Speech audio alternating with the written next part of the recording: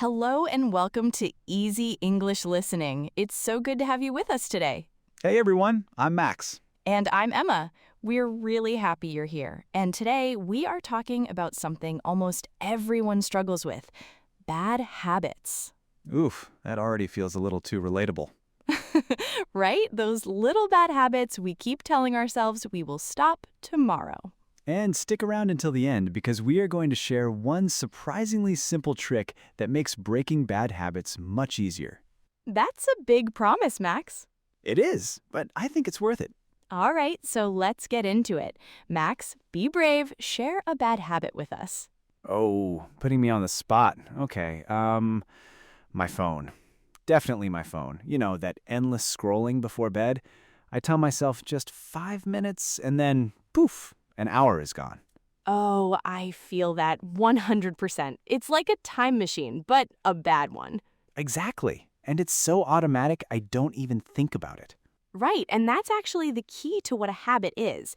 It's something automatic. There's this idea called the habit loop that explains it really well.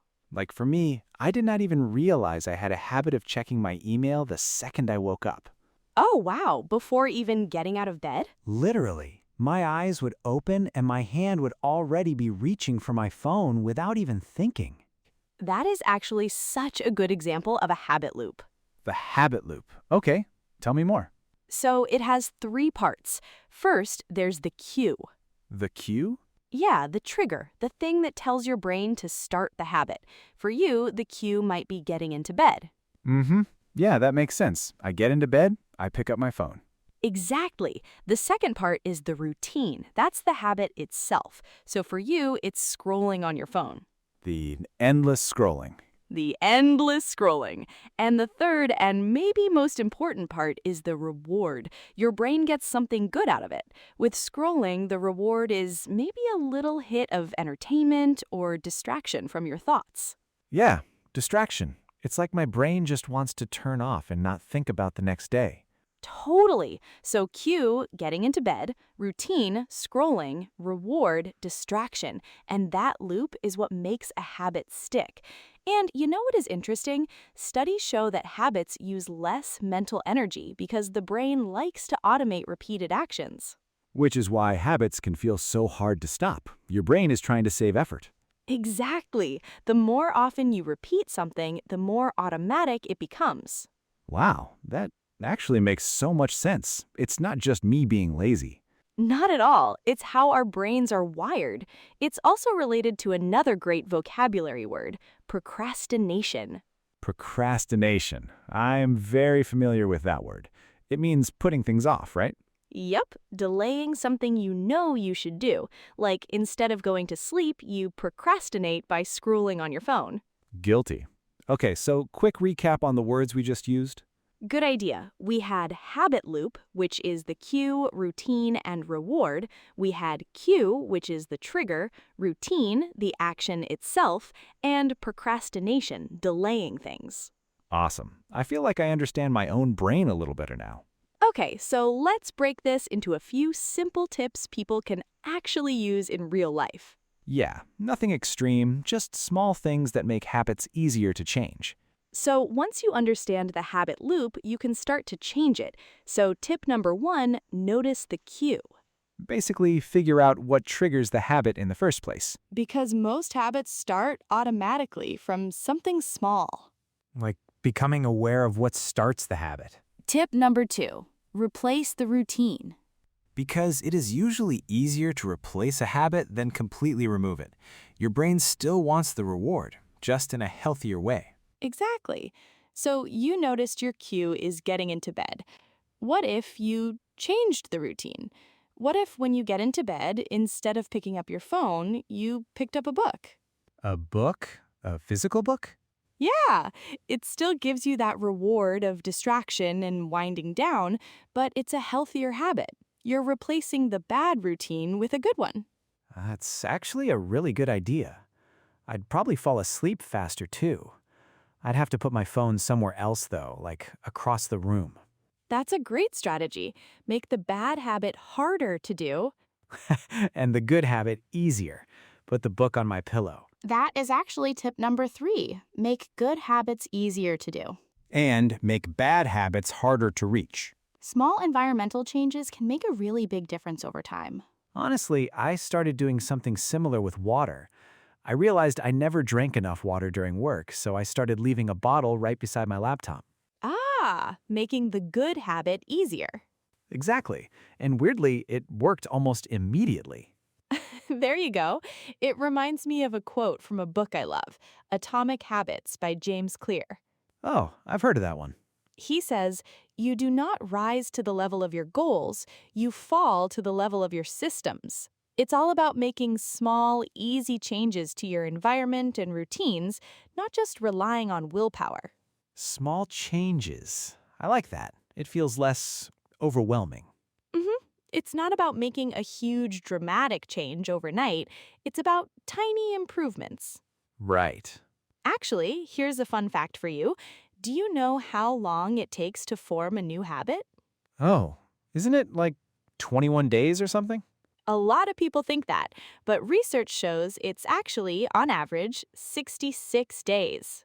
66. Wow, that's over 2 months. It is, but the point is, it takes time and repetition, so you have to be patient with yourself. Which is actually tip number 4. Be patient. Real habits are usually built through repetition, not overnight motivation. Which honestly makes me feel better because social media makes it seem like people can change their entire life in 1 week. Right? Like one motivational video and suddenly everything is fixed? Exactly, but real change is usually much slower and less dramatic. So if I read a book for 2 nights and then scroll on the third, I shouldn't just give up. No, you can't give up after 2 nights, Max. Come on. Be patient because it takes time, like 66 days on average. I'm not going to forget that number now. So, to quickly recap this part, first, notice what triggers the habit.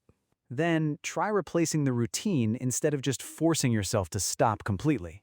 And most importantly, be patient. Habits take time to change. And that brings us to a really important point. What happens when you mess up? Because you will. Yeah, nobody's perfect. Right. I remember when I was trying to build a habit of going for a run every morning. I was doing great for like 2 weeks. And then one morning it was raining and I was tired and I just didn't go. Mm-hmm. And my first thought was, well, I failed. Guess I'm not a runner. I'll just stop. Oh, yeah, that all or nothing thinking. I know that feeling. Exactly. But then I remembered a simple rule that's so helpful. And this rule is our tip number 5. It's called the never miss twice rule. This one is simple, but honestly really powerful. The idea is that it's okay to miss one day. Life happens. You get sick, you're busy, it rains. But you make a promise to yourself that you will not miss 2 days in a row. I love that, because one day is just a mistake, but 2 days, that's the start of a new bad habit of not doing it. Exactly. It stops a slip-up from becoming a complete slide. The next morning, I made sure I went for my run, even though I didn't really want to, and it got me right back on track. And there is actually research showing that people are more successful long-term when they focus on consistency instead of perfection. Which makes sense. One mistake is normal. Giving up completely is the real problem. That's such a practical tip. It's not about being perfect, it's just about being consistent. Progress over perfection. You know, that never miss twice rule is so powerful because it ties into something bigger. It's not just about the actions we take, but about who we believe we are. Progress over perfection. That's the goal.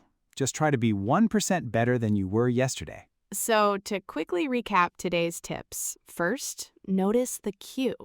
Second, replace the routine instead of trying to force yourself to stop completely. Third, make good habits easier and bad habits harder to do. Fourth, be patient. Real habits take time to build. And finally, never miss twice. Progress matters more than perfection. You know, talking about all this, it really is just about being a little bit kinder to yourself, isn't it? I think so. We're often so hard on ourselves when we can't instantly break a habit that we've had for years. But it's a process. It takes time. Mm-hmm. It's about understanding your own brain and then gently guiding it in a new direction, not forcing it. Yeah, guiding it. I like that. So maybe later today or tomorrow, just take a quiet moment. Think about one small thing, just one little habit you'd like to change. Mm-hmm. You don't have to fix it all at once. Just notice it. Notice the cue. Think about the reward you get from it. That's the first step. Just awareness. Just noticing. That feels manageable. That's something anyone can do. Yeah, and if you feel comfortable, we'd love for you to practice your English and share with us. Leave a comment wherever you're listening and tell us about one habit you're thinking about. We'd really, really love to read them. We really would. Just remember that every small step adds up. And don't worry if it feels slow. Mm-hmm. We'll be here with you little by little. That's all for today's episode of Easy English Listening. I'm Max. And I'm Emma. Thanks for listening. Bye for now. Keep your English practice going. Choose another video on your screen that we've selected especially for you.